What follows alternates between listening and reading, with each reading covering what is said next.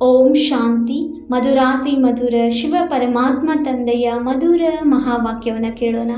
ಇಂದಿನ ಮುರುಳಿಯ ದಿನಾಂಕವಾಗಿದೆ 6-4-2026. ಪ್ರಾತಃ ಮುರುಳಿ ಬಾಪ್ತಾದ ಮಧುಬನ್. ಮಧುರ ಮಕ್ಕಳೇ, ತಂದೆಯ ಬಳಿ ಯಾವ ಸಾಮಾನುಗಳಿವೆಯೋ ಅದರ ಸಂಪೂರ್ಣ ಅಂತ್ಯ ಸಿಕ್ಕಿರುವುದು. ಅದನ್ನು ಧಾರಣೆ ಮಾಡಿ ಮತ್ತು ಮಾಡಿಸಿ. ಪ್ರಶ್ನೆಯಾಗಿದೆ, ತ್ರಿಕಾಲದರ್ಶಿ ತಂದೆಯು ಡ್ರಾಮಾದ ಆದಿ ಮಧ್ಯ ಅಂತ್ಯವನ್ನು ತಿಳಿದಿದ್ದರೂ ಸಹ ನಾಳೆಯ ಮಾತನ್ನು ಇಂದು ತಿಳಿಸುವುದಿಲ್ಲ ಏಕೆ? ಉತ್ತರ, ಮಕ್ಕಳೇ, ಒಂದು ವೇಳೆ ನಾಳೆಯ ಮಾತನ್ನು ಇಂದೇ ತಿಳಿಸಿದರೆ ಡ್ರಾಮಾದಲ್ಲಿರುವ ಮಜಾ ಹೊರಟು ಹೋಗುತ್ತದೆ. ಇದಕ್ಕೆ ಕಾಯಿದೆ ಎನ್ನುವುದಿಲ್ಲ. ಎಲ್ಲವನ್ನೂ ತಿಳಿದಿದ್ದರೂ ಸಹ ನಾನು ಸಹ ಡ್ರಾಮಾದಲ್ಲಿ ಬಂಧಿತನಾಗಿದ್ದೇನೆ. ಮೊದಲೇ ತಿಳಿಸಲು ಸಾಧ್ಯವಿಲ್ಲ. ಆದ್ದರಿಂದ ಏನಾಗುತ್ತದೆಯೋ ಎಂಬ ಯೋಚನೆಯನ್ನು ಬಿಟ್ಟು ಬಿಡಿ ಎಂದು ತಂದೆಯು ತಿಳಿಸುತ್ತಾರೆ. ಗೀತೆಯಾಗಿದೆ, ಸತ್ತರೂ ನಿನ್ನ ಮಡಿಲಿನಲ್ಲಿಯೇ, ಬದುಕಿದರೂ ನಿನ್ನ ಮಡಿಲಿನಲ್ಲಿಯೇ. ಓಂ ಶಾಂತಿ. ಇವರು ಪಾರಲೌಕಿಕ ಆತ್ಮಗಳ ತಂದೆಯಾಗಿದ್ದಾರೆ. ಆತ್ಮಗಳೊಂದಿಗೆ ಮಾತನಾಡುತ್ತಾರೆ. ಮಕ್ಕಳೇ ಮಕ್ಕಳೇ ಎನ್ನುವ ಅಭ್ಯಾಸವಾಗಿ ಬಿಟ್ಟಿದೆ. ಶರೀರವಂತೂ ಸ್ತ್ರೀ ಆಗಿರಬಹುದು, ಆದರೆ ಆತ್ಮಗಳೆಲ್ಲರೂ ಪುರುಷರೇ ಆಗಿದ್ದಾರೆ. ಪ್ರತಿಯೊಂದು ಆತ್ಮವು ವಾರಸುದಾರರಾಗಿದ್ದಾರೆ, ಅರ್ಥಾತ್ ಆಸ್ತಿಗೆ ಹಕ್ಕುದಾರರಾಗಿದ್ದಾರೆ. ತಂದೆಯು ತಿಳಿಸುತ್ತಾರೆ, ನನ್ನ ಪ್ರತಿಯೊಂದು ಮಗುವು ಆಸ್ತಿಯನ್ನು ತೆಗೆದುಕೊಳ್ಳುವ ಅಧಿಕಾರವಿದೆ. ಬೇಹದ್ದಿನ ತಂದೆಯನ್ನು ಬಹಳ ನೆನಪು ಮಾಡಬೇಕಾಗಿದೆ. ಇದರಲ್ಲಿಯೇ ಪರಿಶ್ರಮವಿದೆ. ತಂದೆಯು ಪರಮಧಾಮದಿಂದ ಬಂದು ನಮಗೆ ಓದಿಸುತ್ತಾರೆ. ಸಾಧು ಸಂತರು ತಮ್ಮ ಮನೆಯನ್ನು ಬಿಟ್ಟು ಅಥವಾ ಯಾವುದೇ ಹಳ್ಳಿಯಿಂದ ಬರುತ್ತಾರೆ. ತಂದೆಯಂತೂ ಪರಮಧಾಮದಿಂದ ನಮಗೆ ಓದಿಸಲು ಬರುತ್ತಾರೆ. ಇದು ಯಾರಿಗೂ ತಿಳಿದಿಲ್ಲ. ಬೇಹದ್ದಿನ ತಂದೆಯು ಪತಿತ ಪಾವನ ಗಾಡ್ ಫಾದರ್ ಆಗಿದ್ದಾರೆ. ಅವರನ್ನು ಜ್ಞಾನ ಸಾಗರ ಎಂದು ಕರೆಯುತ್ತಾರೆ. ಅಥಾರಿಟಿಯಲ್ಲವೇ? ಇದು ಯಾವ ಜ್ಞಾನವಾಗಿದೆ? ಈಶ್ವರಿಯ ಜ್ಞಾನವಾಗಿದೆ. ತಂದೆಯು ಮನುಷ್ಯ ಸೃಷ್ಟಿಯ ಬೀಜ ರೂಪನಾಗಿದ್ದಾರೆ. ಸತ್ ಚಿತ್ ಆನಂದ ಸ್ವರೂಪನಾಗಿದ್ದಾರೆ. ಅವರದು ಬಹಳ ದೊಡ್ಡ ಮತ್ತು ಭಾರಿ ಮಹಿಮೆ ಇದೆ. ಅವರ ಬಳಿ ಸಾಮಾನುಗಳಿವೆ. ಯಾರ ಬಳಿಯಾದರೂ ಅಂಗಡಿ ಇದ್ದರೆ ನಮ್ಮ ಬಳಿ ವಿಧ ವಿಧವಾದ ಸಾಮಾನುಗಳಿವೆ ಎಂದು ಹೇಳುತ್ತಾರಲ್ಲವೇ? ತಂದೆಯೂ ಸಹ ಹೇಳುತ್ತಾರೆ, ನಾನು ಆನಂದ ಸಾಗರ, ಜ್ಞಾನ ಸಾಗರ, ಶಾಂತಿಯ ಸಾಗರ ಆಗಿದ್ದೇನೆ. ನನ್ನ ಬಳಿ ಈ ಸಾಮಾನುಗಳು ಇವೆ. ನಾನು ಸಂಗಮ ಯುಗದಲ್ಲಿ ಕೊಡಲು ಬರುತ್ತೇನೆ. ನನ್ನ ಬಳಿ ಇರುವುದೆಲ್ಲವನ್ನು ಕೊಡಲು ಬರುತ್ತೇನೆ. ಯಾರೆಷ್ಟಾದರೂ ಧಾರಣೆ ಮಾಡಬಹುದು ಅಥವಾ ಎಷ್ಟಾದರೂ ಪುರುಷಾರ್ಥ ಮಾಡಬಹುದು. ತಂದೆಯ ಬಳಿ ಏನೇನು ಸಾಮಗ್ರಿಗಳಿವೆ ಎಂದು ಮಕ್ಕಳು ಚೆನ್ನಾಗಿ ತಿಳಿದುಕೊಂಡಿದ್ದಾರೆ. ಇತ್ತೀಚೆಗೆ ಬೇರೆ ಯಾರಿಗೂ ಅವರ ಅಂತ್ಯವನ್ನು ತಿಳಿಸುವುದಿಲ್ಲ. ಗಾಯನವೂ ಇದೆ. ಕೆಲವರದು ಮಣ್ಣಿನ ಪಾಲಾಗುತ್ತದೆ. ಇವೆಲ್ಲ ಮಾತುಗಳು ಈಗಿನದ್ದಾಗಿದೆ. ಬೆಂಕಿ ಬಿದ್ದಿತೆಂದರೆ ಇವೆಲ್ಲವೂ ಸಮಾಪ್ತಿಯಾಗುವುದು. ರಾಜರುಗಳ ಬಳಿ ಬಹಳ ದೊಡ್ಡ ಗುಹೆಗಳು ಇರುತ್ತವೆ.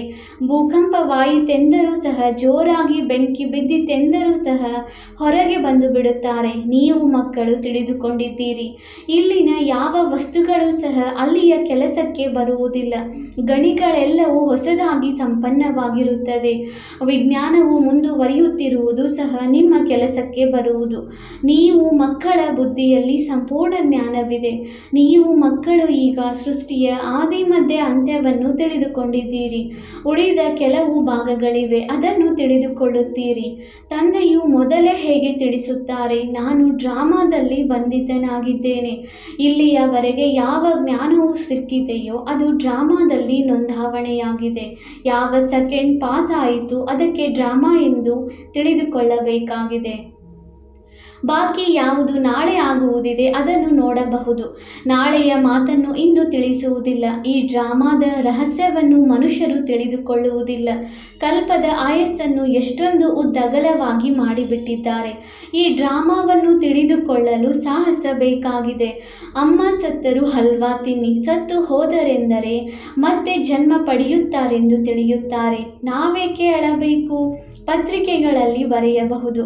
ಈ ಪ್ರದರ್ಶಿನಿಯು 5000 ವರ್ಷಗಳ ಮೊದಲಿನಂತೆ ಇದೇ ದಿನಾಂಕದಂದು ಇದೇ ಸ್ಥಾನದಲ್ಲಿ ಇದೇ ರೀತಿ ನಡೆದಿತ್ತು. ಈ ಪ್ರಪಂಚದ ಇತಿಹಾಸ ಭೂಗೋಳವು ಪುನರಾವರ್ತನೆಯಾಗುತ್ತಿದೆ ಎಂದು ತಂದೆಯು ತಿಳಿಸುತ್ತಾರೆ. ಈ ಪ್ರಪಂಚವು ಸ್ವಲ್ಪ ದಿನದ್ದಾಗಿದೆ, ಇನ್ನೇನು ಸಮಾಪ್ತಿಯಾಗುವುದು ಎಂದು ತಿಳಿದುಕೊಂಡಿದ್ದೀರಿ. ಈಗ ನಾವು ಪುರುಷಾರ್ಥ ಮಾಡಿ ವಿಕರ್ಮಾಜೀತರಾಗುತ್ತೇವೆ. ನಂತರ ದ್ವಾಪರದಿಂದ ವಿಕರ್ಮ ಸಂವತ್ಸರ ಅರ್ಥಾತ್ ವಿಕರ್ಮಗಳನ್ನು ಮಾಡುವ ಸಂವತ್ಸರವು ಪ್ರಾರಂಭವಾಗುತ್ತದೆ.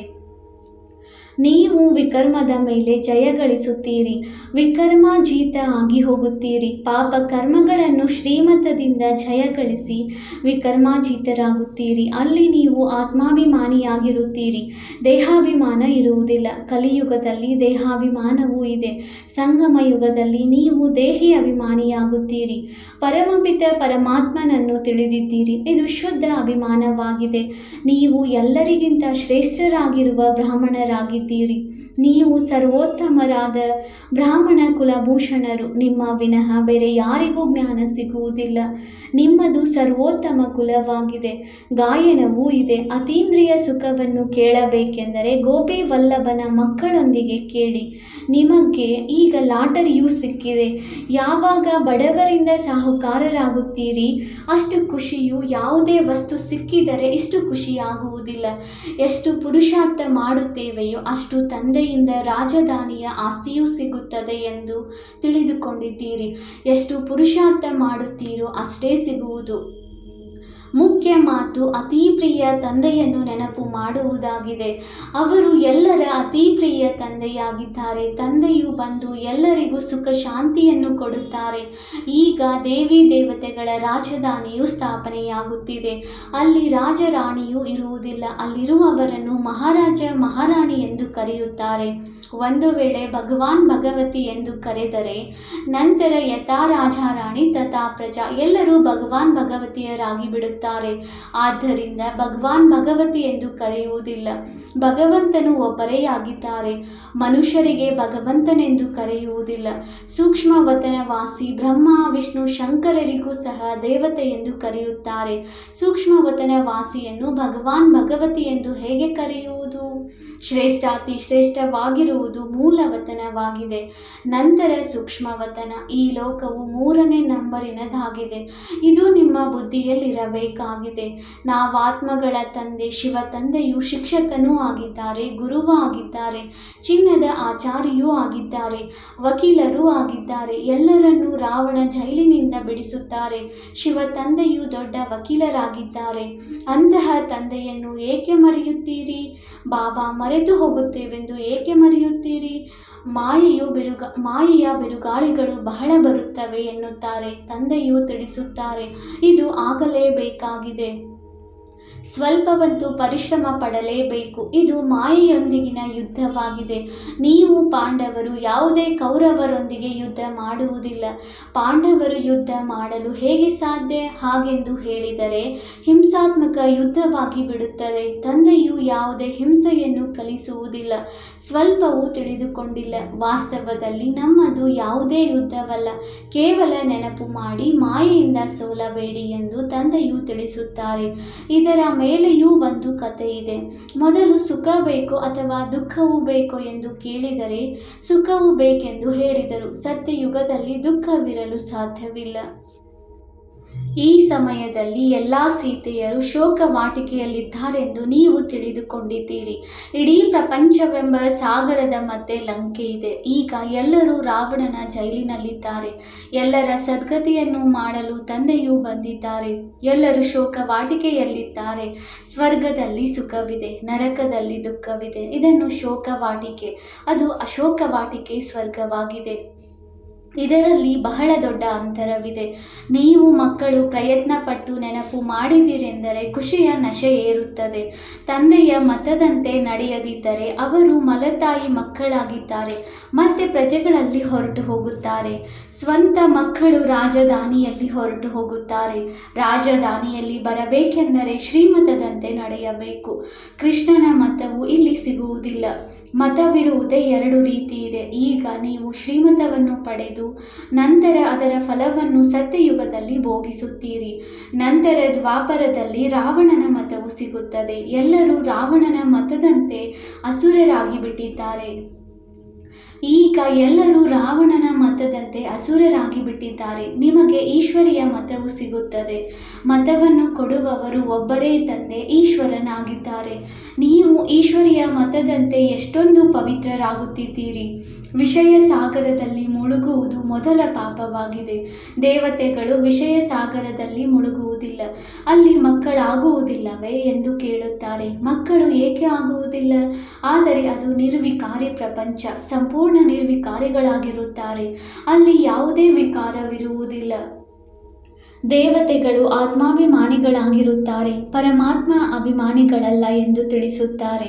ನೀವು ಆತ್ಮಾಭಿಮಾನಿಗಳೂ ಆಗಿದ್ದೀರಿ, ಪರಮಾತ್ಮ ಅಭಿಮಾನಿಗಳೂ ಆಗಿದ್ದೀರಿ. ಮೊದಲು ಎರಡು ಆಗಿರಲಿಲ್ಲ. ಸತ್ಯಯುಗದಲ್ಲಿ ಪರಮಾತ್ಮನನ್ನು ತಿಳಿದುಕೊಂಡಿರಲಿಲ್ಲ.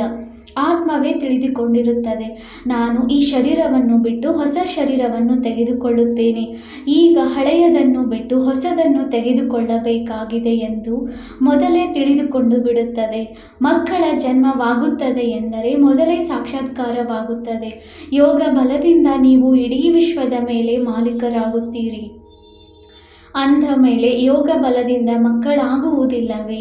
ಯೋಗ ಬಲದಿಂದ ಯಾವುದೇ ವಸ್ತುವನ್ನು ನೀವು ಪಾವನ ಮಾಡಬಹುದು. ಆದರೆ ನೆನಪನ್ನು ನೀವು ಮರೆತು ಹೋಗುತ್ತೀರಿ. ಕೆಲವರಿಗೆ ಅಭ್ಯಾಸವಾಗಿ ಬಿಡುತ್ತದೆ. ಬಹಳ ಸನ್ಯಾಸಿಗಳು ಇರುತ್ತಾರೆ. ಯಾರಿಗೆ ಭೋಜನದ ಮೇಲೆ ಗಮನವಿರುತ್ತದೆಯೋ ಅವರು ಊಟದ ಸಮಯದಲ್ಲಿ ಮಂತ್ರ ಪಠಿಸಿ ನಂತರ ಸ್ವೀಕಾರ ಮಾಡುತ್ತಾರೆ. ನಿಮಗೂ ಸಹ ಪತ್ತೆಯನ್ನು ತಿಳಿಸಲಾಗಿದೆ. ಯಾವುದೇ ರೀತಿಯ ಮಾಂಸ ಇತ್ಯಾದಿಗಳನ್ನು ಸ್ವೀಕರಿಸಬಾರದು. ಏಕೆಂದರೆ ನೀವು ದೇವತೆಗಳಾಗುತ್ತಿದ್ದೀರಿ. ದೇವತೆಗಳು ಎಂದು ಕೊಳಕನ್ನು ತಿನ್ನುವುದಿಲ್ಲ. ಅಂತಹ ಪವಿತ್ರರಾಗಬೇಕಾಗಿದೆ. ನನ್ನ ಮೂಲಕ ನನ್ನನ್ನು ತಿಳಿದುಕೊಂಡರೆ ಎಲ್ಲವನ್ನೂ ತಿಳಿದುಕೊಳ್ಳುತ್ತೀರಿ. ಮತ್ಯಾವುದೇ ತಿಳಿದುಕೊಳ್ಳುವ ಅಗತ್ಯವಿಲ್ಲ ಎಂದು ತಂದೆಯು ತಿಳಿಸುತ್ತಾರೆ. ಸತ್ಯಯುಗದಲ್ಲಿ ವಿದ್ಯೆಯು ಸಹ ಭಿನ್ನವಾಗಿರುತ್ತದೆ. ಈ ಮೃತ್ಯು ಲೋಕದ ವಿದ್ಯೆಯು ಇಲ್ಲಿಯೇ ಅಂತ್ಯವಾಗುತ್ತದೆ. ಮೃತ್ಯು ಲೋಕದ ಎಲ್ಲ ಕೆಲಸ ಕಾರ್ಯಗಳು ಸಮಾಪ್ತಿಯಾಗಿ ಅಮರ ಲೋಕವು ಪ್ರಾರಂಭವಾಗುತ್ತದೆ. ಮಕ್ಕಳಿಗೆ ಇಷ್ಟೊಂದು ನಶೆ ಏರಬೇಕಾಗಿದೆ. ನೀವು ಮಕ್ಕಳಿಗೆ ಅತೀಂದ್ರಿಯ ಸುಖ ಪರಮ ಸುಖದಲ್ಲಿರಬೇಕಾಗಿದೆ. ಪರಮಪಿತೆ ಪರಮಾತ್ಮನ ಮಕ್ಕಳಾಗಿದ್ದೀರಿ ಅಥವಾ ವಿದ್ಯಾರ್ಥಿಗಳಾಗಿದ್ದೀರಿ. ಪರಮಪಿತೆ ಪರಮಾತ್ಮನು ನಮ್ಮನ್ನು ಮನೆಗೆ ಕರೆದುಕೊಂಡು ಹೋಗುತ್ತಾರೆ. ಆದ್ದರಿಂದ ಪರಮಾನಂದ ಎಂದು ಹೇಳುತ್ತಾರೆ. ಸತ್ಯಯುಗದಲ್ಲಿ ಈ ಮಾತುಗಳು ಇರುವುದಿಲ್ಲ. ಈಗ ನೀವು ಇದನ್ನು ಕೇಳುತ್ತೀರಿ. ನೀವು ಈ ಸಮಯದಲ್ಲಿ ಈಶ್ವರಿಯ ಪರಿವಾರದವರಾಗಿದ್ದೀರಾ. ಈಗಿನ ಗಾಯನವೂ ಇದೆ. ಅತೀಂದ್ರಿಯ ಸುಖದ ಗಾಯನವನ್ನು ಕೇಳಬೇಕೆಂದರೆ ಗೋಪ ಗೋಪಿಕೆಯರನ್ನು ಕೇಳಿ. ಪರಮಧಾಮದಲ್ಲಿರುವ ತಂದೆಯು ಬಂದು ನಮ್ಮ ತಂದೆ ಶಿಕ್ಷಕ ಗುರುವಾಗುತ್ತಾರೆ. ಮೂವರು ಸೇವಾಧಾರಿಗಳಲ್ಲವೇ? ಯಾರೂ ಸಹ ಅಭಿಮಾನವನ್ನಿಟ್ಟುಕೊಳ್ಳುವುದಿಲ್ಲ. ನಿಮ್ಮ ಸೇವೆಯನ್ನು ಮಾಡಿ ನಿಮಗೆ ಎಲ್ಲವನ್ನು ಕೊಟ್ಟು ನಿರ್ವಾಣಧಾಮದಲ್ಲಿ ಕುಳಿತುಕೊಳ್ಳುತ್ತೇನೆ ಎಂದರೆ ಸೇವಾದಾರಿ ಆದೆನಲ್ಲವೇ ಎಂದು ತಿಳಿಸುತ್ತಾರೆ. ವೈಸರಾಯರು ಯಾವಾಗಲೂ ವಿಧೇಯ ಸೇವಾಧಾರಿಗಳೆಂದು ಸಹಿಯನ್ನು ಹಾಕುತ್ತಾರೆ. ತಂದೆಯೂ ಸಹ ನಿರಾಕಾರಿ ನಿರಹಂಕಾರಿಯಾಗಿದ್ದಾರೆ. ಹೇಗೆ ಕುಳಿತು ಓದಿಸುತ್ತಾರೆ. ಈ ಶ್ರೇಷ್ಠ ವಿದ್ಯೆಯನ್ನು ಯಾರೂ ಓದಿಸಲು ಸಾಧ್ಯವಿಲ್ಲ. ಇಷ್ಟೊಂದು ವಿಷಯವನ್ನು ಯಾರೂ ತಿಳಿಸಲು ಸಾಧ್ಯವಿಲ್ಲ. ಮನುಷ್ಯರಿಗಂತೂ ಈ ಮಾತುಗಳು ಗೊತ್ತಿಲ್ಲ. ಇವರಿಗೆ ಯಾವುದೇ ಗುರು ಕಲಿಸಿಕೊಟ್ಟಿಲ್ಲ. ಗುರುಗಳಂತೂ ಅನೇಕರಿದ್ದಾರೆ. ಒಬ್ಬರಿರುತ್ತಾರೆಯೇ? ಈ ತಂದೆಯು ಪತಿತರನ್ನು ಪಾವನ ಮಾಡುತ್ತಾರೆ. ಆದಿ ಸನಾತನ ದೇವಿ ದೇವತಾ ಧರ್ಮದ ಸ್ಥಾಪನೆ ಮಾಡುತ್ತಿದ್ದಾರೆ. ತಂದೆಯು ತಿಳಿಸುತ್ತಾರೆ, ಕಲ್ಪದ ಸಂಗಮ ಯುಗದಲ್ಲಿ ಬರುತ್ತೇನೆ. ತಂದೆಯೇ ನಾವು ಕಲ್ಪದ ಹಿಂದೆಯೂ ಮಿಲನ ಮಾಡಿದ್ದೇವೆಂದು ಹೇಳುತ್ತಾರಲ್ಲವೇ? ತಂದೆಯೇ ಬಂದು ಪತಿತರನ್ನು ಪಾವನ ಮಾಡುತ್ತಾರೆ. ನೀವು ಮಕ್ಕಳನ್ನು 21 ಜನ್ಮಗಳಿಗಾಗಿ ಪಾವನರನ್ನಾಗಿ ಮಾಡುತ್ತೇನೆ. ಇವೆಲ್ಲವನ್ನು ಧಾರಣೆ ಮಾಡಿ ತಂದೆಯು ಏನು ತಿಳಿಸಿದರೆಂದು ನೀವು ತಿಳಿಸಬೇಕು. ತಂದೆಯಿಂದ ನಾವು ಮುಂದೆ 21 ಜನ್ಮಗಳ ಆಸ್ತಿಯನ್ನು ಪಡೆಯುತ್ತೇವೆ. ಇದು ನೆನಪಿದ್ದರೆ ಖುಷಿ ಇರುತ್ತದೆ. ಇದೇ ಪರಮಾನಂದವಾಗಿದೆ. ಮಾಸ್ಟರ್ ಜ್ಞಾನ ಸಾಗರ, ಆನಂದ ಸಾಗರ ಇದೆಲ್ಲವೂ ತಂದೆಯಿಂದ ವರದಾನವಾಗಿ ಸಿಗುತ್ತದೆ. ಸತ್ಯಯುಗದಲ್ಲಂತೂ ನೀವು ಬುದ್ಧುಗಳಾಗಿರುತ್ತೀರಿ. ಈ ಲಕ್ಷ್ಮೀನಾರಾಯಣರಿಗೆ ಸ್ವಲ್ಪವೂ ಜ್ಞಾನವಿರುವುದಿಲ್ಲ. ಇವರಿಗೆ ಇವರಿಗೆ ಇದ್ದಿದ್ದೇಯಾದರೆ ಪರಂಪರೆಯಾಗಿ ನಡೆದು ಬರುತ್ತಿತ್ತು. ನಿಮ್ಮಷ್ಟು ಪರಮಾನಂದವು ಈ ದೇವತೆಗಳಿಗೂ ಇರಲು ಸಾಧ್ಯವಿಲ್ಲ. ಒಳ್ಳೆಯದು. ಮಧುರಾತಿ ಮಧುರ ಅಗಲಿ ಹೋಗಿ ಮರಳಿ ಸಿಕ್ಕಿರುವ ಮಕ್ಕಳ ಪ್ರತಿ ಮಾತಾಪಿತ ಬಾಪ್ದಾದಾರವರ ನೆನಪು, ಪ್ರೀತಿ ಹಾಗೂ ಸುಪ್ರಭಾತ. ಆತ್ಮಿಕ ಮಕ್ಕಳಿಗೆ ಆತ್ಮಿಕ ತಂದೆಯ ನಮಸ್ತೆ. ನಾವು ಆತ್ಮಿಕ ಮಕ್ಕಳಿಂದ ಆತ್ಮಿಕ ತಂದೆಗೆ ನೆನಪು, ಪ್ರೀತಿ ಹಾಗೂ ನಮಸ್ತೆ ನಮಸ್ತೆ ನಮಸ್ತೆ. ಧಾರಣೆಗಾಗಿ ಮುಖ್ಯ ಸಾರ. ಪಾಯಿಂಟ್ ನಂಬರ್ 1, ದೇವತೆಗಳಾಗಲು ಆಹಾರ ಪಾನೀಯಗಳಲ್ಲಿ ಬಹಳ ಶುದ್ಧವಾಗಿರಬೇಕಾಗಿದೆ. ಬಹಳ ಪತ್ತೆಯಲ್ಲಿ ನಡೆಯಬೇಕಾಗಿದೆ. ಯೋಗ ಬಲದಿಂದ ಭೋಜನಕ್ಕೆ ದೃಷ್ಟಿ ಕೊಟ್ಟು ನಂತರ ಸ್ವೀಕಾರ ಮಾಡಬೇಕಾಗಿದೆ. ಪಾಯಿಂಟ್ ನಂಬರ್ 2, ಪರಮಪಿತ ಪರಮಾತ್ಮನ ಮಕ್ಕಳು ಅಥವಾ ವಿದ್ಯಾರ್ಥಿಗಳಾಗಿದ್ದೇವೆ. ಅವರು ನಮ್ಮನ್ನು ಹಿಂತಿರುಗಿ ತಮ್ಮ ಮನೆಗೆ ಕರೆದುಕೊಂಡು ಹೋಗುತ್ತಾರೆ. ಇದೇ ನಶೆಯಲ್ಲಿ ಪರಮ ಸುಖ, ಪರಮ ಆನಂದದ ಅನುಭವ ಮಾಡಬೇಕಾಗಿದೆ. ವರದಾನ: ಸೇವೆಯ ಲಗನ್ನಿನ ಮೂಲಕ ಲೌಕಿಕವನ್ನು ಅಲೌಕಿಕ ಪ್ರವೃತ್ತಿಯಲ್ಲಿ ಪರಿವರ್ತನೆ ಮಾಡುವಂತಹ ನಿರಂತರ ಸೇವಾಧಾರಿ ಭವ. ಸೇವಾಧಾರಿಯ ಕರ್ತವ್ಯವಾಗಿದೆ ನಿರಂತರ ಸೇವೆಯಲ್ಲಿರುವುದು. ಬಲೆ ಮನಸಾ ಸೇವೆಯಾಗಿರಬಹುದು, ಬಲೆ ವಾಚಾ ಕರ್ಮಣ ಸೇವೆಯಾಗಿರಬಹುದು. ಸೇವಾಧಾರಿಯು ಎಂದಿಗೂ ಸಹ ಸೇವೆಯನ್ನು ತನ್ನಿಂದ ಬೇರೆ ಎಂದು ತಿಳಿಯುವುದಿಲ್ಲ. ಯಾರ ಬುದ್ಧಿಯಲ್ಲಿ ಸದಾ ಸೇವೆಯ ಲಗನ್ನಿರುತ್ತದೆಯೋ ಅವರ ಲೌಕಿಕ ಪ್ರವೃತ್ತಿಯು ಬದಲಾಗಿ ಈಶ್ವರಿಯ ಪ್ರವೃತ್ತಿಯಾಗಿ ಬಿಡುತ್ತದೆ. ಸೇವಾಧಾರಿಯು ಮನೆಯನ್ನು ಮನೆ ಎಂದು ತಿಳಿಯುವುದಿಲ್ಲ, ಆದರೆ ಸೇವಾ ಸ್ಥಾನವೆಂದು ತಿಳಿದುಕೊಂಡು ನಡೆಯುತ್ತಾರೆ. ಸೇವಾಧಾರಿಯ ಮುಖ್ಯ ಗುಣವೆಂದರೆ ತ್ಯಾಗ ಆಗಿದೆ. ತ್ಯಾಗ ವೃತ್ತಿ ಇರುವವರು ಪ್ರವೃತ್ತಿಯಲ್ಲಿ ತಪಸ್ವಿ ಮೂರ್ತಿಯಾಗಿರುತ್ತಾರೆ. ಇದರಿಂದ ಸೇವೆಯು ಸ್ವತಃವಾಗಿ ಆಗುತ್ತದೆ. ಸ್ಲೋಗನ್: ತನ್ನ ಸಂಸ್ಕಾರಗಳನ್ನು ದಿವ್ಯವನ್ನಾಗಿ ಮಾಡಿಕೊಳ್ಳಬೇಕೆಂದರೆ ಮನಸ್ಸು ಬುದ್ಧಿಯನ್ನು ತಂದೆಯ ಮುಂದೆ ಸಮರ್ಪಣೆ ಮಾಡಿಬಿಡಿ. ಅವ್ಯಕ್ತ ಸೂಚನೆ: ಮಹಾನರಾಗಲು ಮಧುರತೆ ಮತ್ತು ನಮ್ರತೆಯ ಗುಣಧಾರಣೆ ಮಾಡಿ. ಯಾವುದೇ ಆತ್ಮಕ್ಕೆ 2 ಕ್ಷಣದ ಮಧುರ ದೃಷ್ಟಿಯನ್ನು ಕೊಡಿ. ಮಧುರ ಮಾತು ಮಾತನಾಡಿ. ಆಗ ಆ ಆತ್ಮವನ್ನು ಸದಾಕಾಲಕ್ಕೆ ಸಂಪನ್ನರನ್ನಾಗಿ ಮಾಡಿಬಿಡುವಿರಿ. ಈ 2 ಕ್ಷಣದ ಮಧುರ ದೃಷ್ಟಿ, ಮಾತು, ಆತ್ಮರ ಸೃಷ್ಟಿ ಬದಲಾಗುವುದು. 2 ಮಧುರ ಮಾತು ಸದಾಕಾಲಕ್ಕಾಗಿ ಬದಲಾಗಲು ನಿಮಿತ್ತವಾಗಿ ಬಿಡುವುದು. ಓಂ ಶಾಂತಿ.